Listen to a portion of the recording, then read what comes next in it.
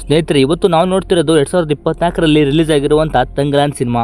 ಈಗಿನ ಕೋಲಾರದಲ್ಲಿರುವ KGF ಈಗಾಗಲೇ ಚಿನ್ನದ ಉತ್ಪಾದನೆಗೆ ಹೆಸರಾಗಿದೆ. ಈಗಿನ ಕೋಲಾರದಲ್ಲಿ ಸಿಗ್ತಾ ಇರುವ ಚಿನ್ನ ಮೊದಲು ಹೇಗೆ ಸಿಕ್ತು, ಅದನ್ನ ಮೊದಲು ಹೊರಗೆ ತೆಗೆದವರು ಯಾರು ಅನ್ನೋದನ್ನ ಈ ಸಿನಿಮಾದಲ್ಲಿ ನೋಡೋಣ. ಈ ಸಿನಿಮಾ ನಿಜವಾದ ನೈಜ ಕಥೆಯನ್ನು ಹೊಂದಿದ್ದು ಸಖತ್ತಾಗಿದೆ. ವಿಡಿಯೋ ಸ್ಕಿಪ್ ಮಾಡದೆ ಕೊನೆ ತನಕ ನೋಡಿ. ಸುಮಾರು ವರ್ಷಗಳ ಹಿಂದೆ ಬ್ರಿಟಿಷರು ಮತ್ತೆ ಸಮಾಜದಲ್ಲಿ ಜಾತಿಯಿಂದ ಹೊರಗೆ ಇರುವ ಜನಾಂಗದವರ ಕಥೆಯಾಗಿದೆ. ಸರಿ, ಸಿನಿಮಾವನ್ನ ಸ್ಟಾರ್ಟ್ ಮಾಡೋಣ. ಇದು ಶೋಷಣೆಗೆ ಒಳಗಾದ ಜನಾಂಗದವರ ಕೆರಿ. ಇವನು ಆ ಊರಿನ ಜಮೀನ್ದಾರ.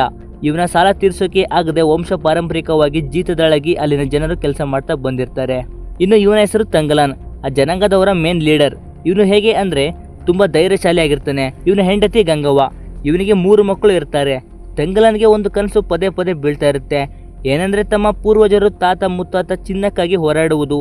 ಅದಲ್ಲದೆ ಆರತಿ ಎನ್ನುವಳು ಕೂಡ ಆ ಚಿನ್ನವನ್ನ ರಕ್ಷಣೆ ಮಾಡುವ ಶಕ್ತಿ ಮಹಿಳೆ ಆಗಿರ್ತಾಳೆ. ಇದು ಏನ್ ಕನಸು ಅನ್ನೋದು ಮುಂದೆ ಗೊತ್ತಾಗುತ್ತೆ. ಇನ್ನು ಇವನ ಹೆಸರು ಗಂಗು. ಇವನು ರಾಮಾನುಜಾಚಾರ್ಯರ ಭಕ್ತನಾಗಿರ್ತಾನೆ. ಎಲ್ಲರಿಗೂ ನಾವು ಕೂಡ ರಾಮಾನುಜರ ಭಕ್ತರು, ಸತ್ತ ಮೇಲೆ ವೈಕುಂಠಕ್ಕೆ ಹೋಗುತ್ತೇವೆ ಅಂತ ಹೇಳ್ತಾ ಇರ್ತಾನೆ. ಸಿನಿಮಾ 1850ರಲ್ಲಿ ಸ್ಟಾರ್ಟ್ ಆಗುತ್ತೆ. ಸಿನಿಮಾದ ಸ್ಟಾರ್ಟಿಂಗ್ ಅಲ್ಲಿ ಒಬ್ಬ ರಾಜ ಬ್ರಿಟಿಷರಿಗೆ ಅಲ್ಲಿ ಚಿನ್ನನೂ ಇಲ್ಲ, ಏನೂ ಇಲ್ಲ, ಅಲ್ಲಿ ಹೋದ್ರೆ ಮರಳಿ ಬರಲ್ಲ, ಸತ್ತು ಹೋಗ್ತಾರೆ ಅಂತ ಹೇಳ್ತಾನೆ. ನೆಕ್ಸ್ಟ್ ಸೀನ್ ಅಲ್ಲಿ ಆ ಹಳ್ಳಿಯವರು ಬೆಳಗಿನ ಎದ್ದು ಕೆಲಸಕ್ಕೆ ಹೋಗ್ತಾ ಇರ್ತಾರೆ. ಗಂಗಮ್ಮ ಎಲ್ರು ಕೆಲಸಕ್ಕೆ ಹೊರಟ್ರೆ ನಮ್ಮನೆದು ಇನ್ನ ಮಲಗಿದೆ ಅಂತ ತಂಗಲನ್ನ ಎಬ್ಸಕ್ಕೆ ಬರ್ತಾಳೆ. ತಂಗಲನ ಮಲ್ಕೊಂಡು ಅವನ ಪೂರ್ವಜರ ಕನಸು ಕಾಣ್ತಾ ಇರ್ತಾನೆ. ಅವನ ಹೆಂಡತಿ ಎಬ್ಸಕ್ಕೆ ಟ್ರೈ ಮಾಡ್ತಾಳೆ. ತಂಗಲನ ಕನಸಲ್ಲಿ ಇರೋದ್ರಿಂದ ಹೆಂಡತಿ ಗಂಗವನ್ಗೆ ಚಾಕುವಿನಿಂದ ಚುಚ್ಚಕ್ಕೆ ಹೋಗ್ತಾನೆ. ಆಗ ಗಂಗವ್ವ ಕನಸಿನಿಂದ ಹೊರಗೆ ಬಾ ಅಂತ ಜೋರಾಗಿ ಚೀರ್ತಾಳೆ. ತಂಗಲನ ಈಗ ಪ್ರೆಸೆಂಟ್ಗೆ ಬರ್ತಾನೆ. ಏನಂದ್ರೆ ಇದೇ ರೀತಿ ತಂಗಲನ್ಗೆ ಕನಸು ಬೀಳ್ತಾ ಇರುತ್ತೆ. ಅಲ್ಲಿನ ಜಮೀನ್ದಾರ ಎಲ್ಲರನ್ನು ತಮ್ಮ ಭೂಮಿಯಲ್ಲಿ ಜೀತದೊಳಗೆ ಕೆಲಸ ಮಾಡಿಸ್ಕೊಂತ, ಹಾಗೆ ಎಲ್ಲರ ಭೂಮಿಯನ್ನ ಮೋಸದಿಂದ ಭಯ ಹುಟ್ಟಿಸಿ ತಗೊಂತಾ ಇರ್ತಾನೆ. ಅಲ್ಲಿನ ಆ ಜನಾಂಗದವರು ಕೂಡ ಜಮೀನ್ದಾರ ಏನೇ ಮಾಡಿದ್ರು ಅವರು ಸುಮ್ಮನೆ ಇರ್ತಿದ್ರು. ಆದ್ರೆ ತಂಗಲನ ಮಾತ್ರ ತನ್ನ ಭೂಮಿಯಲ್ಲಿ ತಾನೇ ಬೆಳೆಯನ್ನ ಬೆಳೆಯುತ್ತಿದ್ದ. ಜಮೀನ್ದಾರನಿಗೆ ತಂಗಲನ ಭೂಮಿ ಪಡೆಯಬೇಕೆನ್ನುವ ಆಸೆ ಕೂಡ ಬರುತ್ತೆ.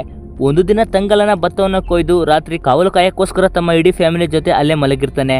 ಅವನ ಮಕ್ಕಳು ಅಪ್ಪ ನಿದ್ದೆ ಬರ್ತಿಲ್ಲ, ಏನಾದ್ರು ಕತೆ ಹೇಳು ಅಂತ ಹೇಳ್ತಾರೆ. ತಂಗಲನ ಸರಿ ಯಾವ ಕತೆ ಅಂತ ಕೇಳಿದ್ರೆ ಅವನ ಮಕ್ಕಳು ದೆವ್ವದ ಕತೆ, ನಿನ್ನ ಕನಸಲ್ಲಿ ಬರೋ ಆರ್ತಿ ಕತೆ ಹೇಳು ಅಂತಾರೆ. ತಂಗಲನ ಬೇಡ ಅಂತ ಕೇಳಿದ್ರು ಕೂಡ ಕೇಳಲ್ಲ. ಸರಿ ಅಂತ ಕತೆ ಹೇಳೋಕೆ ಸ್ಟಾರ್ಟ್ ಮಾಡ್ತಾನೆ. ಸುಮಾರು ವರ್ಷಗಳ ಹಿಂದೆ ಆನೆಮಲೈ ಎನ್ನುವ ಪ್ರದೇಶದಲ್ಲಿ ನನ್ನ ತಾತನ ತಾತ ಕಾಳಯ್ಯ ಪೊನ್ನರ್ ನದಿಯಲ್ಲಿ ಚಿನ್ನವನ್ನು ಆರಿಸುತ್ತಿದ್ದ. ಪಕ್ಕದ ರಾಜ್ಯದ ರಾಜ ಸೈನ್ಯದೊಂದಿಗೆ ಹೊರಟಾಗ ಇವರನ್ನ ನೋಡಿ ತನ್ನ ಸೈನಿಕರನ್ನು ಏನು ಮಾಡುತ್ತಿದ್ದಾರೆ, ಅವರನ್ನ ಕರೆತನ್ನಿ ಅಂತ ರಾಜ ಕಳಿಸ್ತಾನೆ. ಸೈನಿಕರು ಕಾಳಯ್ಯನ ಹತ್ತಿರ ಬಂದು ಸೆರೆ ಹಿಡಿಯೋಕೆ ನೋಡ್ತಾರೆ. ಆದ್ರೆ ಕಾಳಯ್ಯ ಅವರಿಗೆಲ್ಲ ಹೊಡೆದು ಕುದುರೆ ಮೇಲೆ ಹತ್ತಿ ಸೀದಾ ರಾಜನ ಹತ್ತಿರನೇ ಹೋಗ್ತಾನೆ. ರಾಜ ಕಾಳಯ್ಯನ ಹತ್ತಿರ ಇರುವ ಚಿನ್ನವನ್ನ ನೋಡಿ ನನಗೆ ಇನ್ನೂ ಜಾಸ್ತಿ ಚಿನ್ನ ಬೇಕು ಅಂತ ಕೇಳ್ತಾನೆ.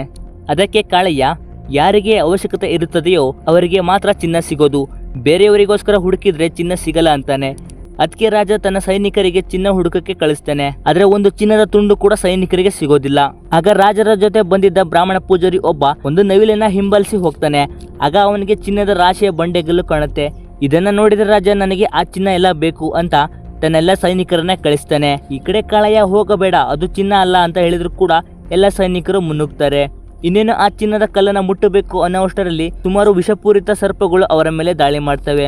ಇನ್ನೇನು ರಾಜನಿಗೂ ಕಚ್ಚಬೇಕು ಅನ್ನೋಷ್ಟರಲ್ಲಿ ಕಾಳಯ್ಯ ಅದನ್ನ ಹಿಡಿತಾನೆ. ಅದು ಅವನಿಗೂ ಕೂಡ ಕಚ್ಚುತ್ತೆ. ಅವನು ಅದನ್ನ ಕೈಯಲ್ಲಿ ಹರಿದು ಬಿಸಾಕ್ತಾನೆ. ಕಾಳಯ್ಯನಿಗೆ ಏನೂ ಆಗೋದಿಲ್ಲ. ಮತ್ತೆ ಅವನ ಹತ್ರ ಇರುವ ಸರ್ಪದ ಪುಡಿಯನ್ನ ಎಲ್ಲ ಕಡೆ ಚೆಲ್ತಾನೆ. ಅಲ್ಲಿರುವ ಹಾವುಗಳು ಅಲ್ಲಿಂದ ದೂರನೇ ಹೋಗ್ತವೆ. ಇದನ್ನೆಲ್ಲ ನೋಡಿದ ರಾಜ ಇದನ್ನೆಲ್ಲ ಯಾರು ಮಾಡ್ತಿರೋದು, ಆ ಮಾಟಗಾರ ಯಾರು ಅಂತ ಕೇಳ್ತಾನೆ. ಅದಕ್ಕೆ ತಂಗಲಾನ ಮಾಟಗಾರ ಅಲ್ಲ, ಮಾಟಗಾರ್ತಿ, ಅವಳೇ ಆ ಆರ್ತಿ ಅಂತ ಹೇಳ್ತಾನೆ. ಈ ಜಾಗಕ್ಕೆ ಅವಳೇ ಒಡತಿ, ಈ ಜಾಗದಿಂದ ಒಂದು ತುಂಡು ಚಿನ್ನವನ್ನು ಕೂಡ ತಗೊಳ್ಳೋದಕ್ಕೆ ಬಿಡೋದಿಲ್ಲ ಅಂತ ಹೇಳ್ತಾನೆ. ಎಲ್ಲ ಸೈನಿಕರು ತಮ್ಮ ಆಯುಧ ಹಿಡ್ಕೊಂಡು ಮತ್ತೆ ಮುಂದೆ ಹೋಗ್ತಾರೆ. ಮುಂದೆ ಹೋದಂತೆ ಅಲ್ಲಿ ಯಾರೋ ಸುಮಾರು ಬಾಣಗಳನ್ನ ಎಸಿತಾರೆ. ಸುಮಾರು ಜನ ಸೈನಿಕರು ಕೂಡ ಅಲ್ಲೇ ಸಾಯ್ತಾರೆ. ಕೊನೆಗೆ ರಾಜ ಕಾಳಯ್ಯನ ಹತ್ತಿರ ಬಂದು ಆ ಮಾಟಗಾರ್ತಿ ಆರ್ತಿಯನ್ನ ತಡೆಯೋರು ಯಾರು ಇಲ್ವಾ ಅಂತಾನೆ. ಕಾಳಯ್ಯ, ಯಾಕಿಲ್ಲ, ನಾನು ತಡಿತೀನಿ, ನನಗೇನು ಲಾಭ ಅಂತ ಕೇಳ್ತಾನೆ. ಅದಕ್ಕೆ ರಾಜ ನಿನಗೆ ಏನು ಬೇಕು ಕೇಳು ಅಂತ ಹೇಳ್ತಾನೆ. ಕಾಳಯ್ಯ, ನೀವು ನಮ್ಮ ಭೂಮಿಯನ್ನ ಆಕ್ರಮಿಸಿ ಶ್ರೀಮಂತ ವರ್ಗಕ್ಕೆ ಕೊಟ್ಟಿದ್ದೀರಾ, ಆ ಭೂಮಿಯನ್ನ ನಮಗೆ ರಿಟರ್ನ್ ಕೊಡಬೇಕು ಅಂತ ಕೇಳ್ತಾನೆ. ಇಲ್ಲಿ ರಾಜ ಇವರ ಭೂಮಿಯನ್ನೆಲ್ಲ ತಗೊಂಡು ಶ್ರೀಮಂತ ವರ್ಗಕ್ಕೆ ಕೊಟ್ಟಿರ್ತಾನೆ. ಕೊನೆಗೂ ರಾಜ ಸರಿ ಆಯ್ತು, ನಿಮ್ಮೆಲ್ಲ ಭೂಮಿಯನ್ನ ನಿಮಗೆ ವಾಪಸ್ ಕೊಡ್ತೀನಿ, ನನಗೆ ಆ ಚಿನ್ನ ಬೇಕು ಅಂತಾನೆ. ಕಾಳಯ್ಯ ಸರಿ ಅಂತ ಅವರ ಜನರ ಜೊತೆ ಆ ಕಡೆಗೆ ಇಳಿತಾನೆ. ಆರತಿ ಮತ್ತೆ ಅವಳ ಕಡೆಯವರು ಕಾಳಯ್ಯನ ಮೇಲೆ ದಾಳಿ ಮಾಡ್ತಾರೆ. ಕಾಳಯ್ಯ ಎಲ್ಲರನ್ನು ಹೊಡೆದು ಆರತಿಯನ್ನು ಕೂಡ ಕಷ್ಟಪಟ್ಟು ಕಟ್ಟಿ ಹಾಕ್ತಾನೆ. ಅಲ್ಲಿಗೆ ಬಂದ ರಾಜ ಬೇಷ್ ಅಂತ ಅವನ ಕತ್ತಿಯನ್ನ ಕೊಟ್ಟು ಆ ಚಿನ್ನವನ್ನ ತಗೊಳಕ್ಕೆ ಹೋಗ್ತಾನೆ. ಅವರೆಲ್ಲರೂ ಆ ಚಿನ್ನವನ್ನ ಕೈಲಿಟ್ಕೊಂಡು ನೋಡ್ತಾರೆ. ಆದ್ರೆ ಅದು ಎಲ್ಲ ಮಣ್ಣು ಆಗಿರುತ್ತೆ. ಅದಕ್ಕೆ ರಾಜ ಕಾಳಯ್ಯನಿಗೆ ಚಿನ್ನ ಅಂತ ಹೇಳಿ ಮಣ್ಣನ್ನ ಕೊಡ್ತೀಯ ಅಂತ ತಾನು ಕೊಟ್ಟಿದ್ದ ಕತ್ತಿಯನ್ನ ವಾಪಸ್ ಇಸ್ಕೊಳ್ತಾನೆ. ಕಾಳಯ್ಯ ರಾಜನಿಗೆ ಇದೆಲ್ಲ ಆರತಿ ಮಾಡಿದ ಕೆಲಸ, ಆರತಿಗೆ ಚಿನ್ನವನ್ನ ಮಣ್ಣು ಮಾಡಕ್ ಶಕ್ತಿ ಇದೆ ಅಂತ ಹೇಳಿದ್ರು ರಾಜ ನಂಬೋದಿಲ್ಲ. ಕೊನೆಗೆ ರಾಜನ ಜೊತೆ ಇರೋ ಬ್ರಾಹ್ಮಣ ಪೂಜಾರಿ ಅಲ್ಲಿರುವ ವಿಗ್ರಹವನ್ನ ನೋಡಿ ಇದಕ್ಕೆಲ್ಲ ಆ ವಿಗ್ರಹ ಕಾರಣ, ಅದರ ತಲೆ ಕತ್ತರಿಸು ಅಂತ ರಾಜನಿಗೆ ಹೇಳ್ತಾನೆ. ರಾಜ ಆ ವಿಗ್ರಹದ ತಲೆಯನ್ನ ಕತ್ತಿಯಿಂದ ಕತ್ತರಿಸ್ತಾನೆ. ಅದರ ತಲೆ ಕಣ್ಣಿಗೆ ಕಾಣದಷ್ಟು ದೂರ ಹೋಗಿ ಬೀಳುತ್ತೆ. ಆಗ ಆರ್ತಿಗೆ ಕೋಪ ಬಂದು ತನ್ನ ಶಕ್ತಿ ಮೀರಿ ಎಲ್ಲರ ಕಿವಿ ಹರಿದು ಹೋಗುವಂತೆ ಕಿರಿಸ್ತಾಳೆ. ಅವಳನ್ನ ಕಟ್ಟಿ ಹಾಕಿದ ಹಗ್ಗವನ್ನ ಬಿಡಿಸಿಕೊಂಡು ಓಡಿ ಬಂದು ಕಾಳೆನ ಎದೆಗೆ ಬಾಣದಿಂದ ಚುಸ್ತಾಳೆ. ಕಾಳೆಯ ಅಲ್ಲೇ ಇದ್ದ ಕತ್ತಿಯಿಂದ ಅವಳ ಹೊಟ್ಟೆಯನ್ನ ಕತ್ತರಿಸ್ತಾನೆ. ಆರ್ತಿಯ ಸಂಪೂರ್ಣ ರಕ್ತ ಅಲ್ಲಿರೋ ಪ್ರದೇಶವನ್ನು ಆವರಿಸುತ್ತೆ. ಅವಳ ಸತ್ತ ನಂತರ ಅವಳ ರಕ್ತದಿಂದ ಕೂಡಿದ ಆ ಪ್ರದೇಶ ಚಿನ್ನವಾಗುತ್ತದೆ. ರಾಜ ಇದೆಲ್ಲ ಚಿನ್ನ ನನಗೆ ಸೇರಿದ್ದು ಅಂತ ಹೇಳ್ತಾನೆ. ಆದ್ರೆ ಅಲ್ಲಿಂದ 1 ಗ್ರಾಮ್ ಚಿನ್ನವನ್ನು ಕೂಡ ತಗೊಳ್ಳಕ್ಕೆ ಯಾರ ಕಡೆಯಿಂದ ಆಗಿಲ್ಲ ಅಂತ ಕತೆ ಹೇಳಿ ತನ್ನ ಮಕ್ಕಳನ್ನ ಮಲಗಿಸ್ತಾನೆ. ಇನ್ನೇನು ತಂಗಲನ್ನ ಮಲಗಬೇಕು ಅನ್ನೋಷ್ಟರಲ್ಲಿ ಯಾರೋ ಅವ್ರು ಕಾಯ್ತಿದ್ದ ಭತ್ತಕ್ಕೆ ಬೆಂಕಿ ಹಾಕ್ತಾರೆ. ಅಲ್ಲಿರುವಂತಹ ಭತ್ತ ಕೂಡ ಬೆಂಕಿಲೇ ಸುಟ್ಟು ಹೋಗುತ್ತೆ. ನೆಕ್ಸ್ಟ್ ಡೇ ಜಮೀನ್ದಾರ ಅಲ್ಲಿಗೆ ಬರ್ತಾನೆ. ಜಮೀನ್ದಾರ ತಂಗಲನಿಗೆ ರೈತವಾರಿ ಪದ್ಧತಿಯಂತೆ 10 ಚಿನ್ನದ ವರಹಗಳನ್ನ ಇಲ್ಲವೇ 80 ಮೂಟೆ ಭತ್ತವನ್ನ ಕಟ್ಟಬೇಕು ಅಂತ ಹೇಳ್ತಾನೆ. ಇದರ ಜೊತೆಗೆ ಬ್ರಿಟಿಷರಿಗೆ ನೀಡುತ್ತಿದ್ದ ಕಂದಾಯವನ್ನು ಕೂಡ ಕಟ್ಟಬೇಕು ಅಂತಾನೆ. ಆಗ ತಂಗಲನ್ಗೆ ರಾತ್ರಿ ತನ್ನ ಭತ್ತಕ್ಕೆ ಬೆಂಕಿ ಹಚ್ಚಿದವರು ಜಮೀನ್ದಾರನ ಹತ್ತಿರ ಇರೋದನ್ನ ನೋಡಿ ಗೊತ್ತಾಗುತ್ತೆ ಇದನ್ನೆಲ್ಲ ಈ ಜಮೀನ್ದಾರನೇ ಮಾಡಿಸಿದ್ದಾನೆ ಅಂತ. ಆದ್ರೆ ಅವರಿಗೆ ಹೊಡೆಕೆ ಅಂತ ಹೋಗ್ತಾನೆ. ಜಮೀನ್ದಾರ ಕೊನೆಗೂ ನೀನು ಬ್ರಿಟಿಷರಿಗೆ ಕಟ್ಟುತ್ತಿದ್ದ ತೆರಿಗೆಯನ್ನ ನಾನೇ ಕಟ್ತೀನಿ, ನೀನು ನನಗೆ ಕೊಡಬೇಕಾಗಿದ್ದ ಹಣವನ್ನು ಜೊತೆಗೆ ಬಡ್ಡಿಯು ಸೇರಿ ಮುಗಿಯುವವರೆಗೂ ನಮ್ಮ ಭೂಮಿಯಲ್ಲಿ ಹಾಳಾಗಿ ದುಡಿಯಬೇಕು, ನಿನ್ನ ಜೊತೆ ನಿನ್ನ ಎಲ್ಲ ಕುಟುಂಬದ ಸದಸ್ಯರು ಕೂಡ ಜೀತದಳಾಗಿ ದುಡಿಯಬೇಕು ಅಂತ ಹೇಳ್ತಾನೆ. ತಂಗಲನಿಗೆ ಬೇರೆ ದಾರಿನೇ ಇರಲ್ಲ ಸರಿ ಅಂತ ಅವರ ಭೂಮಿಯಲ್ಲಿ ಕೆಲಸ ಮಾಡೋಕೆ ಒಪ್ಕೊಂತಾನೆ. ನಂತರದ ದಿನಗಳಲ್ಲಿ ತಂಗಲನ ಅವರ ಭೂಮಿಯಲ್ಲೇ ಜಮೀನ್ದಾರನ ಜೀತದಳಾಗಿ ಕೆಲಸ ಮಾಡ್ತಾ ಇರ್ತಾನೆ. ನೆಕ್ಸ್ಟ್ ಡೇ ಬ್ರಿಟಿಷ್ ದೊರೆ ಬರ್ತಾನೆ. ಎಲ್ಲ ಜನರನ್ನ ಸಭೆ ಸೇರಿಸ್ತಾನೆ. ಬ್ರಿಟಿಷ್ ದೊರೆಯ ಶಾನುಭಾಗ ಒಂದು ಅನೌನ್ಸ್ಮೆಂಟ್ ಅನ್ನ ಮಾಡ್ತಾನೆ. ಏನಂದ್ರೆ ಸುಮಾರು ವರ್ಷಗಳ ಹಿಂದೆ ಚೋಳ, ಮುಸ್ಲಿಂ, ಟಿಪ್ಪು ಸುಲ್ತಾನ ಕಾಲದವರೆಗೂ ಕೋಲಾರದಲ್ಲಿ ನಿಮ್ಮ ಜನಗಳೇ ಚಿನ್ನವನ್ನ ತೆಗೆಯಲು ಸಹಾಯ ಮಾಡಿದ್ರು. ಈಗ ನೀವು ಕೂಡ ನಮ್ಮ ಜೊತೆ ಸೇರಿ ಆ ಚಿನ್ನವನ್ನ ತೆಗೆಯಲಿಕ್ಕೆ ಸಹಾಯ ಮಾಡಬೇಕು ಅಂತ ಬ್ರಿಟಿಷ್ ದೊರೆ ಹೇಳ್ತಾನೆ. ಇದನ್ನ ಕೇಳುತ್ತಿದ್ದಂತೆಯೇ ಅಲ್ಲಿರುವ ಎಲ್ಲಾ ಜನರು ಹೆದರಿ ಓಡಿ ಹೋಗ್ತಾರೆ. ಯಾಕಂದ್ರೆ ಅಲ್ಲಿ ದೆವ್ವ ಇದೆ ಅಂತ ಎಲ್ಲಾ ಜನರು ನಂಬಿರ್ತಾರೆ. ಆ ಚಿನ್ನವನ್ನ ತೆಗೆಯಕ್ಕೆ ಹೋದವರು ಯಾರು ಮರಳಿ ಬಂದಿಲ್ಲ ಅಂತ ಇವರಿಗೆ ಗೊತ್ತಿರುತ್ತೆ. ನಂತರ ಮತ್ತೆ ಶಾನುಭೋಗ ರಾತ್ರಿ ಬಂದು ನೋಡಿ ನೀವು ಕೆಲಸ ಮಾಡಿದ ಹಾಗೆ ದಿನಗೂಲಿಯನ್ನು ಕೊಡ್ತೀವಿ, ನಿಮ್ಮ ಎಲ್ಲಾ ಸಮಸ್ಯೆಗಳು ಕೂಡ ಪರಿಹಾರ ಆಗ್ತವೆ ಅಂತಾರೆ. ನೆಕ್ಸ್ಟ್ ಡೇ ತಂಗಲನ ಮತ್ತೆ ಅವನ ಮಗ ಅಶೋಕ ಹೋಗೋಕೆ ರೆಡಿ ಆಗ್ತಾರೆ. ತಂಗಲನ ಹೆಂಡತಿ ಹೋಗ್ಬೇಡ ಅಂತ ಹೇಳಿದ್ರು ಕೂಡ ತಂಗಲನ ಏನು ಆಗೋದಿಲ್ಲ ಅಂತ ಹೋಗ್ತಾನೆ. ತಂಗಲನ ಜೊತೆ ಗಂಗು ಸೇರಿದಂತೆ ಸ್ವಲ್ಪ ಜನರು ಕೂಡ ಹೋಗ್ತಾರೆ. ಇದರ ನಂತರ ಅವರ ಪ್ರಯಾಣ ಸ್ಟಾರ್ಟ್ ಆಗುತ್ತೆ. ಹಾಗೆ ಕಾಡಿನ ದಾರಿಯಲ್ಲಿ ಮುಂದೆ ಹೋಗ್ತಾ ಇರ್ತಾರೆ. ತಂಗಲನಿಗೆ ಈ ದಾರಿಯನ್ನು ನೋಡ್ತಿದ್ದಂತೆ ಅವನ ಕನಸಲ್ಲಿ ಬರ್ತಿರೋ ಇದೇ ದಾರಿ ಅಂತ ಗೊತ್ತಾಗುತ್ತೆ. ಹಾಗೆ ಮುಂದೆ ಹೋಗ್ತಾ ಇದ್ದಂತೆ ಒಂದು ನದಿ ಕೂಡ ಬರುತ್ತೆ. ಎಲ್ಲರೂ ಸಾಲಾಗಿ ನದಿಯನ್ನ ದಾಟುವಾಗ ಅಲ್ಲಿಗೆ ಆರ್ತಿ ಬಂದು ತಂಗಲನ ಒಳಗಡೆ ಎಳ್ಕೊಂಡು ಅವನ ಕಾಲನ್ನ ಕಲ್ಲು ಬಂಡೆಯಲ್ಲಿ ಸಿಗಿಸ್ತಾಳೆ. ತಂಗಲನ ಇನ್ನೇನು ಉಸಿರಿಟ ನಿಂತು ಸಾಯಬೇಕು ಅನ್ನೋಷ್ಟರಲ್ಲಿ ಗಂಗು ಬಂದು ಅವನ ಕಾಲನ್ನ ಬಿಡಿಸಿ ಮೇಲೆ ದಡಕ್ಕೆ ಕರ್ಕೊಂಡು ಬರ್ತಾನೆ. ತಂಗಲನ ಮತ್ತೆ ಎಲ್ಲರೂ ಸ್ವಲ್ಪ ವಿಶ್ರಾಂತಿ ತಗೊಂಡು ತಮ್ಮ ಪಯಣವನ್ನ ಮತ್ತೆ ಮುಂದುವರಿಸ್ತಾರೆ. ಮುಂದೆ ಹೋದಂತೆ ತಂಗಲನ ಕನಸಲ್ಲಿ ಬರುವಂತಹ ಆನೆಗುಡ್ಡವನ್ನ ಕಂಡು ಬ್ರಿಟಿಷ್ ದೊರೆಗೆ ಅದರ ಹಿಂದೆ ಹೋದರೆ ಚಿನ್ನ ಸಿಗೋದು ಅಂತ ಎಲ್ಲರೂ ಹೋಗ್ತಾರೆ. ಅವರಿಗೆ ಅನುಮಾನ ಬಂದ ನೆಲವನ್ನ ಅಗಿದು ಸಂಶೋಧಿಸಿ ನೋಡುತ್ತಾರೆ. ಆದ್ರೆ ಏನು ಸಿಗುವುದಿಲ್ಲ. ಅವತ್ತು ರಾತ್ರಿ ಒಂದು ದಿನದ ಕೂಲಿಯನ್ನು ಪಡೆದು ಮಲಗಿರುವಾಗ ಅವರ ಗುಡಿಸಲಿಗೆ ಬೆಂಕಿ ಬಿದ್ದಿರುತ್ತೆ. ನೆಕ್ಸ್ಟ್ ಡೇ ಹಾಗೆ ಮುಂದೆ ಹೋಗ್ತಿರುವಾಗ ಗಂಗು ಒಂದು ಬಾವಿಯನ್ನು ಕಂಡು ಬ್ರಿಟಿಷ್ ದೊರೆಗೆ ಇದೇ ಸುರಂಗ ಅಂತ ಹೇಳ್ತಾನೆ. ತಂಗಲನ ಇದು ಸುರಂಗ ಅಲ್ಲ ಅಂತ ಹೇಳಿದ್ರು ಕೇಳೋದಿಲ್ಲ. ಗಂಗು ಆ ಬಾವಿಗೆ ಹಾರ್ತಾನೆ. ಕೆಳಗೆ ನೀರಿನಲ್ಲಿ ಒಂದು ತಲೆ ಕಂಡು ಹೊರಗೆ ಬಂದು ತಂಗಲನಿಗೆ ಹೇಳ್ತಾನೆ. ಇದನ್ನೆಲ್ಲ ಕೇಳಿಸಿಕೊಂಡು ತಂಗಲನ ಮಗ ಅಶೋಕ ನೀರಿಗೆ ಹಾರಿ ಆ ಮೂರ್ತಿಯ ತಲೆಯನ್ನ ಹೊರಗಡೆ ತರ್ತಾನೆ. ತಂಗಲನ ಮೂರ್ತಿಯ ತಲೆಯನ್ನು ನೋಡ್ತಿದ್ದಂತೆ ಚೋಳ ರಾಜ ಕತ್ತರಿಸಿದ ಮೂರ್ತಿಯ ತಲೆ ಇದು ಅಂತ ಬ್ರಿಟಿಷ್ ದೊರೆಗೆ ಹೇಳ್ತಾನೆ. ಸ್ವಲ್ಪ ದಿನಗಳ ಕಾಲ ಹಾಗೆ ನೆಲ ಆಗಿದ್ದು ನೋಡ್ತಾ ಇರ್ತಾರೆ. ಆದ್ರೆ ಏನು ಸಿಗೋದೇ ಇಲ್ಲ. ಬ್ರಿಟಿಷ್ ದೊರೆ ಜೊತೆ ಇದ್ದ ಅರ್ಥರ್ ಎನ್ನುವ ವ್ಯಕ್ತಿ ನಾವಿಷ್ಟು ಹುಡುಕಿದರೂ ಏನು ಸಿಗುತ್ತಿಲ್ಲ, ನಾವು ಕಟ್ಟು ಕಥೆಯನ್ನ ಕೇಳಿ ಮೋಸ ಹೋದೆವು, ಇಲ್ಲಿಂದ ಹಿಂತಿರುಗಿ ಹೋಗೋಣ ಅಂತಾನೆ. ಆದ್ರೆ ಬ್ರಿಟಿಷ್ ದೊರೆ ಇಲ್ಲಿಯವರೆಗೂ ಬಂದು ವಾಪಸ್ ಹೋದ್ರೆ ಏನು ಸಿಗುತ್ತೆ, ನನ್ನ ರಾಜ್ಯದ ಬೊಕ್ಕಸೆಯು ಖಾಲಿಯಾಗಿದೆ, ತಂಗಲನ್ ಹೇಳಿದಂತೆ ಆ ಆನೆ ಬೆಟ್ಟದ ಹಿಂದೆ ಹೋಗೋಣ ಅಂತಾನೆ. ಅದಕ್ಕೆ ಆರ್ಥರ್ ಸರಿ ಏನಾಗುತ್ತೆ ನೋಡೋಣ, ಆದ್ರೆ ನೀನು ಆ ತಂಗಲನ್ ಮಾತನ್ನ ಕೇಳ್ಬೇಡ, ಅವನು ನೋಡೋದಕ್ಕೆ ಸೈತಾನ್ ದೇವದ ತರ ಕಾಣಿಸ್ತಾ ಇದ್ದಾನೆ ಅಂತ ಹೇಳ್ತಾನೆ. ಬ್ರಿಟಿಷ್ ದೊರೆ ಸೈತಾನಾಗಿದ್ರು ಕೂಡ ಪರವಾಗಿಲ್ಲ, ಅವನು ಚಿನ್ನದ ದಾರಿಯನ್ನ ತೋರಿಸಿದ್ರೆ ಸಾಕು ಅಂತ ಎಲ್ಲರೂ ಆ ಆನೆ ಬೆಟ್ಟದ ಹತ್ತಿರ ಬರ್ತಾರೆ. ಆ ಆನೆ ಬೆಟ್ಟದ ಹತ್ತಿರ ಬರ್ತಿದ್ದಂತೆ ಬಿರುಗಾಳಿ ಬರುತ್ತೆ. ಅವರನ್ನ ಮುಂದೆ ಹೋಗೋದಕ್ಕೆ ಬಿಡುವುದಿಲ್ಲ. ಅಲ್ಲಿರುವ ಗಂಗು ಎಲ್ಲ ಈ ವಿಗ್ರಹದ ತಲೆಯಿಂದ ಅಂತ ಅದನ್ನ ಬಿಸಾಕ್ತಾನೆ. ತಂಗಲನ ಅವನನ್ನ ತಳ್ಳಿ ಏನ್ ಮಾಡ್ತಿದ್ದೀಯ ನೀನು, ಈ ಬಿರುಗಾಳಿ ಕಿವಿಗೆ ಮುಟ್ಟುವ ಕರ್ಕಶ ಶಬ್ದ ಕೇಳಿದ್ರೆ ಈ ತಲೆಯ ವಿಗ್ರಹ ಇಲ್ಲೇ ಎಲ್ಲೋ ಇದೆ ಅಂತಾನೆ. ಅದೇ ಟೈಮಿಗೆ ಅಲ್ಲಿಗೆ ಬಂದ ಕರಿಚಿರತೆ ಎಲ್ಲರ ಮೇಲೆ ಅಟ್ಯಾಕ್ ಮಾಡುತ್ತೆ. ಅಲ್ಲಿದ್ದ ಗಂಗು ಅರ್ಥರ್ ಎಲ್ಲರೂ ಓಡಿ ಹೋಗ್ತಾರೆ. ಆದ್ರೆ ಕರಿಚಿರತೆ ಬ್ರಿಟಿಷ್ ದೊರೆ ಮೇಲೆ ಅಟ್ಯಾಕ್ ಮಾಡಿ ತನ್ನ ಕಾಲಿನಿಂದ ಹೊಡೆಯುತ್ತೆ. ತಂಗಲನ್ ಅದನ್ನ ಹೊಡೆದು ದೊರೆಯಿಂದ ಬೇರ್ಪಡಿಸಿ ಅದರ ಜೊತೆ ಹೊಡೆದಾಡಲು ಆ ಕಡಕ್ಕೆ ಇಳಿತಾನೆ. ಕರಿಚಿರತೆ ಅವನಿಗೂ ಕೂಡ ತನ್ನ ಉಗುರಿನಿಂದ ಹೊಡೆದು ಮಲಗಿಸುತ್ತದೆ. ಇನ್ನೇನೋ ಚಿರತೆ ಅವನನ್ನ ಸಾಯಿಸಬೇಕು ಅನ್ನೋಷ್ಟರಲ್ಲಿ ತಂಗಲನ ಅದರ ಕುತ್ತಿಗೆಯನ್ನ ಹಿಡಿದು ಚಾಕುವಿನಿಂದ ಅದರ ಎದೆಯನ್ನ ಸೀಳೆ ಹಾಕ್ತಾನೆ. ನಂತರ ಎಲ್ಲರೂ ಮುಂದೆ ಹೋಗ್ತಾರೆ. ಇದನ್ನೆಲ್ಲ ದೂರದಿಂದಲೇ ಆರ್ತಿ ಕಡೆಯವರು ನೋಡ್ತಾ ಇರ್ತಾರೆ. ಯಾಕಂದ್ರೆ ಅಲ್ಲಿರುವ ಚಿನ್ನ ಭೂಮಿಯನ್ನ ಕಾಯ್ದು ಆರ್ತಿಯ ಕೆಲಸ ಆಗಿರುತ್ತೆ. ಹಾಗೆಯೇ ಅದು ವಂಶ ಪಾರಂಪರಿಕವಾಗಿ ಬೆಳೆದು ಬಂದಿರುತ್ತೆ. ತಂಗಲನಿಗೆ ಮುಂದೆ ಹೋದಂತೆ ಅವನ ಕನಸಲ್ಲಿ ಬರೋ ಹಾಗೆ ಚೋಳ ರಾಜರು, ಸೈನಿಕರು ಹಾಗೆ ಕಾಣಿಸ್ತಾರೆ. ಈ ಕಡೆ ಅಶೋಕ ಬೇರೆ ದಾರಿಯಲ್ಲಿ ಓಡಿ ಹೋಗುವಾಗ ಅವನಿಗೆ ಮೂರ್ತಿಯ ವಿಗ್ರಹ ಕಾಣಿಸುತ್ತೆ. ಅದೇ ಟೈಮಿನಲ್ಲಿ ಆರ್ತಿ ಕಡೆಯವರು ಬ್ರಿಟಿಷ್ ವ್ಯಕ್ತಿ ಆರ್ಥರ್ ಮೇಲೆ ಸ್ಪೀಡ್ ಆಗಿ ಅಟ್ಯಾಕ್ ಮಾಡ್ತಾರೆ. ಇದನ್ನ ಕಂಡ ಅಶೋಕ ಅವರ ಅಪ್ಪ ತಂಗಲನ ಹತ್ತಿರ ಹೋಗಿ ಅಲ್ಲಿ ಮೂರ್ತಿಯ ದೇಹದ ಭಾಗ ಇದೆ ಅಂತ ಹೇಳ್ತಾನೆ. ಅಲ್ಲಿಗೆ ಬಂದ ಎಲ್ಲರೂ ಮೂರ್ತಿಯ ದೇಹವನ್ನ ಮೇಲೆ ಎತ್ತಕ್ಕೆ ಟ್ರೈ ಮಾಡುವಾಗ ಆರತಿ ಮತ್ತು ಆರ್ತಿಯ ಕಡೆಯವರು ಅವರ ಮೇಲೆ ಅಟ್ಯಾಕ್ ಮಾಡ್ತಾರೆ. ಎರಡು ತಂಡಗಳು ತುಂಬಾನೇ ಹೊಡೆದಾಡ್ತಾರೆ. ಆರತಿ ತಂಗಲನಿಗೆ ಬಾಣದಿಂದ ಎದೆ ಭಾಗವನ್ನು ಕೂಡ ಚುಚ್ಚಿರ್ತಾಳೆ. ಆ ಟೈಮ್ನಲ್ಲಿ ಅಶೋಕ ವಿಗ್ರಹದ ತಲೆ ಭಾಗವನ್ನ ದೇಹದ ಭಾಗಕ್ಕೆ ಕೂಡಿಸ್ತಾನೆ. ಆಗ ತಂಗಲನಿಗೆ ಆರ್ತಿ ಕಡೆಯವರು ಮಾತ್ರ ಕಾಣಿಸೋಕೆ ಸ್ಟಾರ್ಟ್ ಆಗುತ್ತೆ. ಆರ್ತಿ ಇನ್ನೇನು ಬ್ರಿಟಿಷ್ ದೊರೆಯನ್ನ ಕೊಲ್ಬೇಕು ಅನ್ನೋಷ್ಟರಲ್ಲಿ ತಂಗಲನ ಆರ್ತಿಗೆ ಶೂಟ್ ಮಾಡಿಬಿಡ್ತಾನೆ. ಅವಳ ರಕ್ತ ಆ ವಿಗ್ರಹದ ಕೆಳಭಾಗದಲ್ಲಿ ಬಿದ್ದಿರುತ್ತೆ. ಆರ್ತಿನ ಅವರ ಕಡೆಯವರು ಕರ್ಕೊಂಡು ಹೋಗ್ತಾರೆ. ನಂತರ ಆ ಮೂರ್ತಿಯ ಕೆಳಭಾಗದಲ್ಲಿ ನೋಡಿದ್ರೆ ಆರತಿಯ ರಕ್ತ ಚಿನ್ನಾಗಿರುತ್ತೆ. ಅದನ್ನ ಹೊರಗೆ ತೆಗೆದು ಬೆಂಕಿಯಲ್ಲಿ ಕರಗಿಸೋಕೆ ಸ್ಟಾರ್ಟ್ ಮಾಡ್ತಾರೆ. ಮಳೆ ಕೂಡ ಬರೋದಕ್ಕೆ ಸ್ಟಾರ್ಟ್ ಆಗುತ್ತೆ. ಅದೇ ಟೈಮಿಗೆ ಅಲ್ಲಿಗೆ ಸಿಡಿಲು ಹೊಡೆದು ಎಲ್ಲರೂ ಅಲ್ಲಿಂದ ಓಡಿ ಹೋಗ್ತಾರೆ. ಆದ್ರೆ ಆ ಆರ್ತಿಯ ಕೋಪದಿಂದ ಸಿಡಿಲಿಗೆ ಬ್ರಿಟಿಷ್ ದೊರೆಯ ಮಗ ಸತ್ತಿರ್ತಾನೆ. ನಂತರ ಬ್ರಿಟಿಷ್ ಅಧಿಕಾರಿ ಅವನ ಮಗನ ಬಟ್ಟೆಯನ್ನ ತಂಗಲನಿಗೆ ಕೊಟ್ಟು, ನೀನು ತುಂಬಾ ಧೈರ್ಯಶಾಲಿ, ತಗೋ ಈ ಬಟ್ಟೆಯನ್ನ, ನಾವು ಇಲ್ಲಿ ಚರಿತ್ರೆಯನ್ನ ಬರೆಯೋಣ. ಆ ಚಿನ್ನ ಅಲ್ಲಿ ಸಿಕ್ಕಿದ್ದರಿಂದ ಇಲ್ಲಿಯೇ ಚಿನ್ನ ಇದೆ. ಇದನ್ನ ಅಗೆದು ತೆಗೆಯಲು ತುಂಬಾ ಜನರ ಅವಶ್ಯಕತೆ ಇದೆ. ನೀವು ಯಾರ ಕೈ ಕೆಳಗೂ ದುಡಿಯೋ ಅವಶ್ಯಕತೆ ಇಲ್ಲ. ಚಿನ್ನವನ್ನ ತೆಗೆದ ನಂತರ ಎಲ್ಲರಿಗೂ ಒಂದು ಭಾಗವನ್ನ ಕೊಡುತ್ತೇನೆ.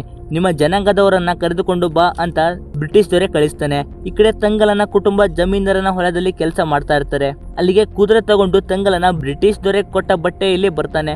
ಇದನ್ನ ಕಂಡ ಅವನ ಹೆಂಡತಿ ಮಕ್ಕಳು ತುಂಬಾ ಖುಷಿ ಪಡ್ತಾರೆ. ತಂಗಲನ ಬಂದ ತಕ್ಷಣ ಬಂದೂಕಿನಿಂದ ಜಮೀನ್ದಾರನ ಹತ್ತಿರ ಹೋಗಿ ಅವನಿಗೆ ಕೊಡಬೇಕಿದ್ದ ಹಣವನ್ನ ಕೊಟ್ಟು ತನ್ನ ಜಮೀನು ಪತ್ರವನ್ನು ವಾಪಸ್ ತಗೊಂಡು ಮನೆಗೆ ಬರ್ತಾನೆ. ಅವನ ಮನೆ ಹತ್ರ ಎಲ್ಲ ಜನರು ಸೇರಿರ್ತಾರೆ. ತಂಗಲನ, ನಾವು ಚಿನ್ನವನ್ನ ಕಂಡುಹಿಡಿದ್ಬಿಟ್ವಿ, ಅದರಿಂದಲೇ ನಾನು ಇಲ್ಲಿರೋದು, ನನ್ನ ಜಮೀನು ಪತ್ರವನ್ನು ವಾಪಸ್ ತಗೊಂಡಿದ್ದೀನಿ.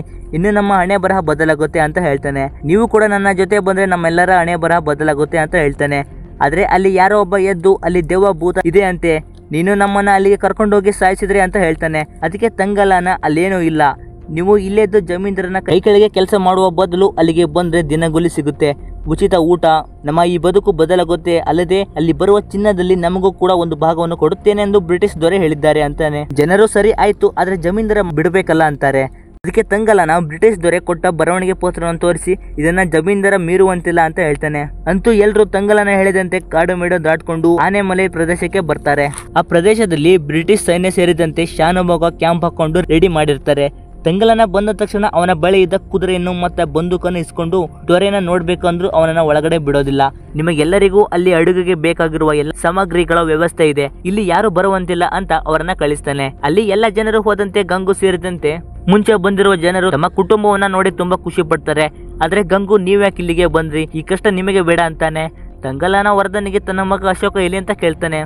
ನೀನು ಹೋದ ಮೇಲೆ ಎಲ್ಲ ಬದಲಾಯಿತು. ಬ್ರಿಟಿಷ್ ಸೈನ್ಯ ಆ ಬೆಟ್ಟದ ಮೇಲಿರುವ ನಾಗಾ ಜಾತಿಯವರನ್ನ ಹೊಡೆಯುವಾಗ ಎಲ್ಲರೂ ಓಡಿ ಹೋದ್ರು. ಆದ್ರೆ ಒಬ್ಬ ಮುದುಕ ಮಾತ್ರ ಸಿಕ್ಕಿ ಹಾಕಿಕೊಳ್ಳುತ್ತಾನೆ. ಅವನನ್ನ ಹೊಡೆಯುವಾಗ ನಿನ್ನ ಮಗ ಅಶೋಕ ಸೈನಿಕರಿಗೆ ಹೊಡೆದ್ಬಿಟ್ಟ. ಅದಕ್ಕೆ ಸೈನಿಕರು ಅವನನ್ನ ಸರಿಯಾಗಿ ಹೊಡೆದು ಕಟ್ಟಿ ಹಾಕಿದ್ದಾರೆ ಅಂತಾನೆ. ತಕ್ಷಣ ಅವನ ಮಗನ ಹತ್ತಿರ ಬಂದು ಹಗ್ಗವನ್ನ ಬಿಚ್ಚಿಬಿಡ್ತಾನೆ. ಅದಕ್ಕೆ ತಂಗಲನ ಮೇಲೆ ಕೈ ಮಾಡಕ್ಕೆ ಬಂದಿರೋ ಸೈನಿಕರಿಗೆ, ನಾನೇ ನನ್ನ ಮಗನಿಗೆ ಒಂದು ಏಟು ಕೊಟ್ಟಿಲ್ಲ ಅಂತ ಅವರಿಗೂ ಹೊಡಿತಾನೆ. ಅಲ್ಲಿಗೆ ಬಂದ ಬ್ರಿಟಿಷ್ ದೊರೆ, ಸ್ಟಾಪ್ ಮಾಡಿ, ಯಾಕೆ, ಏನಾಯ್ತು, ಜಗಳ ಯಾಕೆ ಮಾಡ್ತಾ ಇದ್ದೀರಾ ಅಂತ ಕೇಳ್ತಾನೆ. ಸೈನಿಕರು ಅಶೋಕನಿಗೆ ಹೊಡೆದಿರೋದು ಗೊತ್ತಾಗುತ್ತೆ. ಬ್ರಿಟಿಷ್ ದೊರೆ ತಂಗಲನಿಗೆ, ನನ್ನನ್ನ ಕ್ಷಮಿಸು, ಗೊತ್ತಾಗದೆ ತಪ್ಪು ನಡೆದಿದೆ, ಇಲ್ಲಿ ಸಿಗೋ ಚಿನ್ನದ ಮೇಲೆ ನಿಮ್ಮ ಎಲ್ಲರ ಅಧಿಕಾರ ಇದೆ ಅಂತಾನೆ.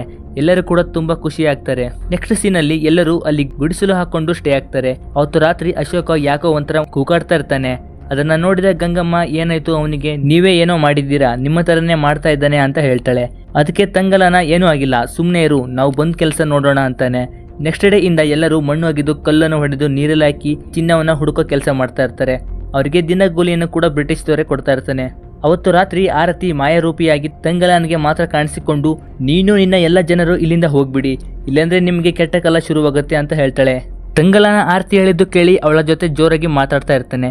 ಇದನ್ನ ನೋಡಿದ ಅವನ ಹೆಂಡತಿ ಗಂಗಮ್ಮ, ಇದೆಲ್ಲ ಇವನ ಬರೀ ಭ್ರಮೆ ಅಂತ ಬೈತಾಳೆ. ತಂಗಲನ್ ಎಲ್ಲ ಈ ಆರತಿ ಕಡೆಯಿಂದ ಅಂತ ಜೋರಾಗಿ ಚೀರ್ತಾನೆ. ಅದಕ್ಕೆ ಗಂಗಮ್ಮ, ನಿನ್ನ ತರನೇ ನನ್ನ ಮಗ ಕೂಡ ಮಾಡ್ತಾ ಇದ್ದಾನೆ. ಆರತಿ, ನೀನೇನಾದ್ರೂ ಇಲ್ಲಿದ್ರೆ ನನ್ನ ಗಂಡನಿಗೆ ನನ್ನ ಮಗನಿಗೆ ಏನೂ ತೊಂದರೆ ಕೊಡ್ಬೇಡ, ನಾವು ಇಲ್ಲಿ ಜೀವನಕ್ಕೋಸ್ಕರ ಬಂದಿದ್ದೀವಿ ಅಂತ ಜೋರಾಗಿ ಹೇಳ್ತಾಳೆ. ನೆಕ್ಸ್ಟ್ ಡೇ ಎಲ್ಲರೂ ಕೆಲಸ ಮಾಡ್ತಾ ಇರ್ತಾರೆ. ಬ್ರಿಟಿಷ್ ವ್ಯಕ್ತಿ ಅರ್ಥರ್ಗೆ ಒಂದು ಚಿನ್ನದ ತರ ಹೊಳೆಯುವ ಕಲ್ಲು ಕಾಣಿಸುತ್ತೆ. ಅದನ್ನು ಮುಟ್ಟೋಕೆ ಹೋಗ್ತಾನೆ. ಆಗ ಅವನ ಕೈಗೆ ಒಂದು ವಿಷ ಸರ್ಪ ಕಚ್ಚಿಬಿಡುತ್ತೆ. ಅವನನ್ನ ತಗೊಂಡೋಗಿ ಚಿಕಿತ್ಸೆ ಕೊಡ್ತಾರೆ. ಅಲ್ಲಿಂದ ತುಂಬಾ ಸರ್ಪಗಳು ಅಲ್ಲಿರುವ ಎಲ್ಲ ಜನರನ್ನ ಕಚ್ಚೋಕೆ ಬರ್ತವೆ. ಜನರು ಕೂಡ ಓಡಿ ಹೋಗ್ತಾರೆ. ಈ ಕಡೆ ಗಂಗಮ್ಮನ ಹತ್ತಿರ ಒಂದು ಸರ್ಪ ಬರುತ್ತೆ. ಅದನ್ನ ಅವಳು ಹಿಂದಕ್ಕೆ ಓಡಿಸುವಾಗ ತಂಗಳನ ಅದನ್ನ ಹೊಡೆಯಕ್ಕೆ ಬರ್ತಾನೆ. ಆಗ ಆರ್ತಿ ಮಾಯಾರೂಪಿಯಾಗಿ ಬಂದು ಅವನ ಕಾಲಿಗೆ ಅಡ್ಡ ಬರ್ತಾಳೆ. ತಂಗಳನ ಅವಳ ಕಾಲನ ಎಡವಿ ಹಾವಿನ ತಲೆಯನ್ನ ಕತ್ತರಿಸ್ತಾನೆ. ಆದ್ರೆ ಹಾವಿನ ತಲೆ ಗಂಗಮ್ಮನ ಚಿಕ್ಕ ಮಗಳ ಕೈಗೆ ಕಚ್ಚಿ ಬಿಡುತ್ತೆ. ತಂಗಳನ ಕೂಡ ಏನು ಮಾಡಿದ್ರು ಅವಳನ್ನ ಬದುಕಿಸೋಕೆ ಆಗೋದಿಲ್ಲ. ಅವನ ಮಗಳನ್ನ ಅಲ್ಲಿಯೇ ಮಣ್ಣು ಮಾಡ್ತಾರೆ. ಹೀಗೆ ದಿನ ದಿನ ಒಂದೊಂದು ವಿಚಿತ್ರ ಘಟನೆಗಳು ನಡೀತಾ ಇರ್ತವೆ.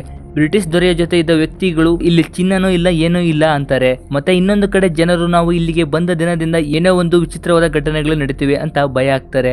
ಅದರಿಂದ ಕೆಲಸ ಮಾಡಿದ್ರೆ ಕೂತ್ ಬಿಡ್ತಾರೆ. ದಿನೇ ದಿನೇ ಊಟವನ್ನು ಕಡಿಮೆ ಕೊಡ್ತಾ ಇರ್ತಾರೆ. ಇನ್ನು ನೀವು ಚಿನ್ನವನ್ನು ತೆಗೆದ್ರೆ ಮಾತ್ರ ದಿನಗೂಲಿ ಕೊಡ್ತೀವಿ ಅಂತ ಹೇಳ್ತಾರೆ. ಅದಕ್ಕೆ ಎಲ್ಲ ಜನರು ತಂಗಳನ ಬಳಿ ಬಂದು ನಿನ್ನ ನಂಬಿತಾನೆ ನಾವು ಇಲ್ಲಿಗೆ ಬಂದಿದ್ದು, ಈಗ ಚಿನ್ನ ತೆಗೆದ್ರೆ ಮಾತ್ರ ದಿನಗೂಲಿನ ಕೊಡ್ತಾರೆ ಅಂತ ಹೇಳ್ತಾರೆ. ಹೀಗೆ ದಿನ ದಿನ ಊಟ ಇಲ್ಲದೆ ಹಸಿವಿನಿಂದ ಒಬ್ರು ಆದ್ಮೇಲೆ ಒಬ್ರು ಸಾಯ್ತಾ ಇರ್ತಾರೆ. ಬ್ರಿಟಿಷ್ ದೊರೆಗೆ ಇಷ್ಟು ದಿನಗಳು ಕಷ್ಟಪಟ್ಟರು ಚಿನ್ನನೇ ಸಿಕ್ತಿಲ್ಲ ಅಂತ ಅವತ್ತು ರಾತ್ರಿ ಕೋಪದಲ್ಲಿ ದೊರೆ ಆ ಕಲ್ಲು ಬಂಡೆ ಹೊಡೆಯೋಕೆ ಸ್ಟಾರ್ಟ್ ಮಾಡ್ತಾನೆ. ಅದನ್ನ ಹೊಡೆದಂತ ಎಲ್ಲ ಗುಡಿಸಲುಗಳಿಗೂ ಬೆಂಕಿ ಬೀಳುತ್ತೆ. ಎಲ್ಲ ಜನರು ದಿಕ್ಕಾಪಾಲಾಗಿ ಹೋಗ್ತಾರೆ. ನಂತರ ಬೆಳಗ್ಗೆ ಆಗುತ್ತೆ. ತಂಗಳನ ಕಣ್ಣು ತೆಗೆದು ನೋಡಿದ್ರೆ ಯಾರೂ ಇರಲ್ಲ. ಅವನ ಮುಂದೆ ಇರೋ ಮೂರ್ತಿ ನೋಡಿ ಭಯಗೊಂಡು ಕಲ್ಲು ಬಂಡೆ ಹತ್ರ ಹೋದ್ರೆ ಬ್ರಿಟಿಷ್ ದೊರೆ ಅಲ್ಲಿಯೇ ಬಿದ್ದಿರ್ತಾನೆ. ತಂಗಳನಿಗೂ ಕೂಡ ಕೋಪ ಬರುತ್ತೆ. ಎಲ್ಲ ನಿನ್ನಿಂದ ಆಗಿದ್ದು ಅಂತ ಕಲ್ಲು ಬಂಡೆಯನ್ನ ಹೊಡೆಯಕ್ಕೆ ಸ್ಟಾರ್ಟ್ ಮಾಡ್ತಾನೆ. ಅಲ್ಲಿ ಮತ್ತೆ ಆರ್ತಿ ಮಾಯವಾಗಿ ಪ್ರತ್ಯಕ್ಷ ಆಗಿ ನಿಲ್ಲಿಸು ಇದನ್ನೆಲ್ಲ, ನೀನು ಆರ ನನ್ನ ಜೊತೆ ಇರಬೇಕಾಗಿರೋನು, ನೀನು ಕೂಡ ನನ್ನ ಹತ್ರ ಚಿನ್ನವನ್ನ ಕಾಯುವ ಕೆಲಸ ಮಾಡಬೇಕು. ಆದ್ರೆ ನೀನು ಇದನ್ನ ಮಾಡುತ್ತಿರುವುದರಿಂದ ಪರಿಣಾಮವನ್ನ ಮುಂದೆ ಎದುರಿಸುತ್ತೀಯಾ ಅಂತ ಹೇಳ್ತಾಳೆ. ತಂಗಳನ್ ಇಲ್ಲ ಸುಳ್ಳು, ನನ್ನ ಎಲ್ಲ ಜನರನ್ನ ಕರ್ಕೊಂಡು ಬಂದು ಕಲ್ಲು ಬಂಡೆಯನ್ನ ಹೊಡೆದು ಇಲ್ಲಿರೋ ಚಿನ್ನವನ್ನ ತಗೊಂಡು ಹೋಗ್ತೀನಿ ಅಂತ ಹೋಗ್ತಾನೆ. ತಂಗಳನ್ ಎಲ್ಲ ಜನರಿಗೂ ಆ ಬಂಡೆಯಲ್ಲಿ ಚಿನ್ನ ಇದೆ, ಅದನ್ನ ಹೊಡೆದು ಚಿನ್ನ ತಗೊಳ್ಳೋಣ, ದೊರೆ ಹೇಳಿದಂತೆ ಎಲ್ಲರೂ ಸಮಪಾಲು ಅಂತ ಹೇಳ್ತಾನೆ. ಆದ್ರೆ ಅವರು ತಂಗಳನ ಮಾತನ್ನ ಕೇಳದೆ ಅವನಿಗೆ ಹೊಡೆಯಕ್ಕೆ ಬರ್ತಾರೆ. ಬ್ರಿಟಿಷ್ ದೊರೆ ಅಲ್ಲಿಗೆ ಬಂದು ಎಲ್ಲರಿಗೂ ಶೂಟ್ ಮಾಡ್ತೀನಿ ಅಂತ ಹೆದರಿಸ್ತಾನೆ. ಅದೇ ಟೈಮ್ಗೆ ಒಂದು ಕಾಡು ಕೋಣ ಕಾಣಿಸುತ್ತೆ. ಎಲ್ರಿಗೂ ಮೊದಲೇ ಹಸಿವು ಇರುತ್ತೆ. ಅದನ್ನ ಹೊಡೆಯಕ್ಕೆ ಎಲ್ಲರೂ ಓಡಿ ಹೋಗ್ತಾರೆ. ಕಾಡ್ಕೋಣ ಸಿಗದೆ ಓಡ್ತಾ ಇರುತ್ತೆ. ಕೊನೆಗೆ ತಂಗಳನ್ ಅದರ ತಲೆನ ಕತ್ತರಿಸ್ತಾನೆ. ಅವತ್ತು ರಾತ್ರಿ ಅದನ್ನ ಎಲ್ಲರೂ ಊಟ ಮಾಡ್ತಾರೆ. ತಂಗಳನ್ ಜನರಿಗೆ ಎಲ್ಲರೂ ಚೆನ್ನಾಗಿ ಊಟ ಮಾಡಿ, ಇದು ಕೇವಲ ಚಿನ್ನಕ್ಕಾಗಿ ಮಾಡೋ ಹೋರಾಟ ಅಲ್ಲ, ನಮ್ಮ ಜೀವನಕ್ಕೆ ಬದುಕಿಗಾಗಿ ನಾವು ಎಷ್ಟೋ ವರ್ಷಗಳಿಂದ ಬೇರೆಯವರ ಕಾಲ ಕೆಳಗೆ ಇದ್ದೀವಿ, ನಮ್ಮ ಭೂಮಿಯನ್ನ ಆಳೋದಕ್ಕೆ ನಮಗೆ ಸ್ವಾತಂತ್ರ್ಯ ಇಲ್ಲ ಅಂತ ಜನರಲ್ಲಿ ಧೈರ್ಯ ತರ್ತಾನೆ. ಎಲ್ಲರೂ ಕೂಡ ಅವನ ಮಾತನ್ನ ಕೇಳಿ ಸರಿ ಆಯ್ತು ಬರ್ತೀವಿ ಅಂತಾರೆ. ತಂಗಳನ ಆ ಕಲ್ಲು ಬಂಡೆ ಸುತ್ತ ಬೆಂಕಿ ಹಾಕೋಣ, ಅದರ ನಂತರ ಬಂಡೆ ಹೊಡೆಯೋಣ. ನಂತರ ಎಲ್ಲ ಜನರು ಕಲ್ಲು ಬಂಡೆ ಸುತ್ತ ಬೆಂಕಿ ಹಾಕ್ತಾರೆ. ಇನ್ನೊಂದು ಕಡೆ ನಾಗ ಜಾತಿಯವರು ಅಂದ್ರೆ ಆರ್ತಿ ಕಡೆಯ ಜನಾಂಗದವರು ಚಿನ್ನ ತಗೊಳ್ಳಕ್ಕೆ ಬಂದಿರೋರನ್ನ ಮಟ್ಟ ಹಾಕೋಕೆ ತಯಾರಾಗ್ತಾ ಇರ್ತಾರೆ. ತಂಗಳನ ಬಂಡೆಗೆ ಮೊದಲ ಹೊಡೆದ ತಕ್ಷಣ ಎಲ್ಲರೂ ಕೆಳಗೆ ಬಿದ್ದು ಹೋಗ್ತಾರೆ. ತಂಗಳನ ಮತ್ತೆ ಬ್ರಿಟಿಷ್ ದೊರೆ ಸೇರಿದಂತೆ ಒಂದಿಬ್ರು ಜನರು ಕೂಡ ಬೀಳ್ತಾರೆ. ನಂತರ ಅವರು ಹಾಗೆ ಮುಂದೆ ಹೋದಂತೆ ಒಂದು ಸುರಂಗ ಕಾಣಿಸುತ್ತೆ. ಚೋಳರು ಟಿಪ್ಪು ಸುಲ್ತಾನರು ಈ ಸುರಂಗಕ್ಕೆ ಬಂದು ಚಿನ್ನವನ್ನು ತಗೊಳ್ಳಕ್ಕೆ ಆಗದೆ ವಾಪಸ್ ಹೋಗಿರ್ತಾರೆ ಅಂತ ಗೊತ್ತಾಗುತ್ತೆ. ಹಾಗೆ ಮುಂದೆ ಹೋದಂತೆ ಏನೋ ಹೊಳೆಯುವ ಬಣ್ಣ ಕಾಣಿಸುತ್ತೆ. ಅಲ್ಲಿಗೆ ಹೋದ್ರೆ ಅದು ಚಿನ್ನ ಆಗಿರುತ್ತೆ. ಎಲ್ಲರೂ ಖುಷಿಯಿಂದ ಆ ಚಿನ್ನವನ್ನ ಹೊಡೆದು ತಗೊಂಡು ಮೇಲೆ ಬರ್ತಾರೆ. ಬ್ರಿಟಿಷ್ ದೊರೆ ಆ ಚಿನ್ನವನ್ನ ನೋಡಿದ ಮೇಲೆ ಚೇಂಜ್ ಆಗ್ಬಿಡ್ತಾನೆ. ಈ ಎಲ್ಲ ಚಿನ್ನ ನನಗೆ ಸೇರಬೇಕು ಅಂತ ಎಲ್ಲ ಜನರಿಗೆ ನೀವು ತಗೊಂಡು ಬಂದಿರೋ ಚಿನ್ನವನ್ನೆಲ್ಲ ಇಲ್ಲೇ ಸುರೀರಿ, ಅದೆಲ್ಲ ಚಿನ್ನ ನನಗೆ ಸೇರಬೇಕು, ಇಲ್ಲಾಂದ್ರೆ ಎಲ್ಲರನ್ನ ಶೂಟ್ ಮಾಡ್ಬಿಡ್ತೀನಿ ಅಂತ ಹೇಳ್ತಾನೆ. ಜನರು ಈ ಚಿನ್ನದಲ್ಲಿ ನಮಗೂ ಕೂಡ ಅಧಿಕಾರ ಇದೆ ಅಂತ ನೀವೇ ಹೇಳಿದ್ರಿ ತಾನೆ, ಆದ್ರೆ ಈಗ ಮಾತು ಬದಲಾಯಿಸ್ತಿದ್ದಾರೆ ಅಂತ ಹೇಳಿ ಚಿನ್ನ ಕೊಡಲ್ಲ ಅಂತಾರೆ. ಆಗ ಬ್ರಿಟಿಷ್ ದೊರೆ ಇನ್ನೇನು ಎಲ್ಲರನ್ನು ಸಾಯಿಸಬೇಕು ಅನ್ನೋ ಅಷ್ಟರಲ್ಲಿ ತಂಗಳನ ಬಂದು ಆರ್ತಿ ಮೋಸ ಮಾಡ್ಬಿಟ್ಲು, ಇದು ನಿಜವಾದ ಚಿನ್ನ ಅಲ್ಲ, ಚಿನ್ನದ ಬಣ್ಣವನ್ನು ಹೊಂದಿರುವ ಕಲ್ಲು ಅಂತ ಹೇಳ್ತಾನೆ.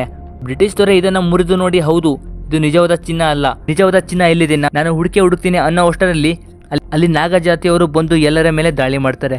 ಆಗ ಮಾಯವಾಗಿ ಬಂದ ಆರ್ತಿ ತಂಗಳನಿಗೆ, ನೀನು ನಮ್ಮ ಕಡೆಯವನು, ಚಿನ್ನದ ರಕ್ಷಕ ನೀನೇ, ಅದನ್ನ ನೀನು ಅರ್ಥ ಮಾಡ್ಕೋ ಅಂತ ನಾಗಜಾತಿಯ ನಾಯಕಿಯ ಮೈ ಮೇಲೆ ಸೇರ್ತಾಳೆ. ಇಬ್ರು ಫೈಟ್ ಮಾಡ್ತಾರೆ. ತಂಗಳನಿಗೆ ಹೊಡೆತ ಬಿದ್ದು ಮಲಗ್ತಾನೆ.